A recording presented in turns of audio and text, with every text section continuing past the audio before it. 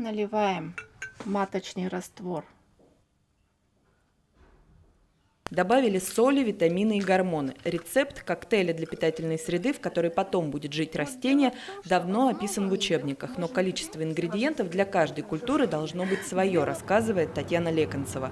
Теперь биологи из Удмуртии могут с абсолютной точностью сказать, что и сколько нужно, к примеру, для выращивания в пробирке винограда или розы. Вот в эту пробирку у нас был высажен 1 микрочеренок.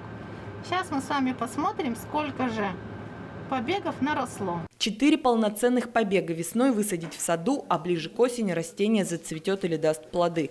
Такой способ размножения, говорят ученые, экономически выгоден. Не нужно много места и нет привязки к летнему сезону.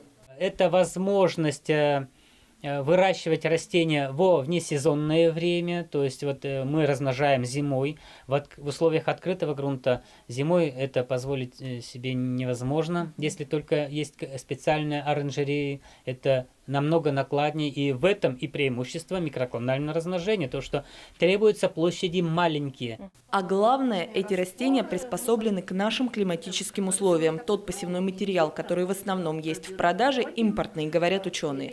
Из-за его качества ручаться никто не может, поэтому фермеры, покупая растения, которые потом не приживаются, зачастую несут убытки. Мы же весь посевной материал практически в России закупаем за рубежом.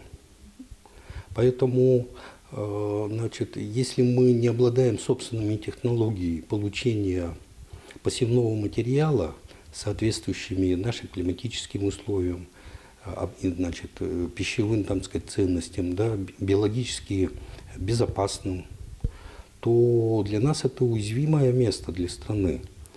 Каждая уважающаяся страна должна иметь собственную базу. Разработками наших биологов уже заинтересовались руководители ботанических садов со всей России. На заметку методику взяли и в республиканском Минсельхозе. Теперь ученые надеются попасть в госпрограмму по развитию сельского хозяйства.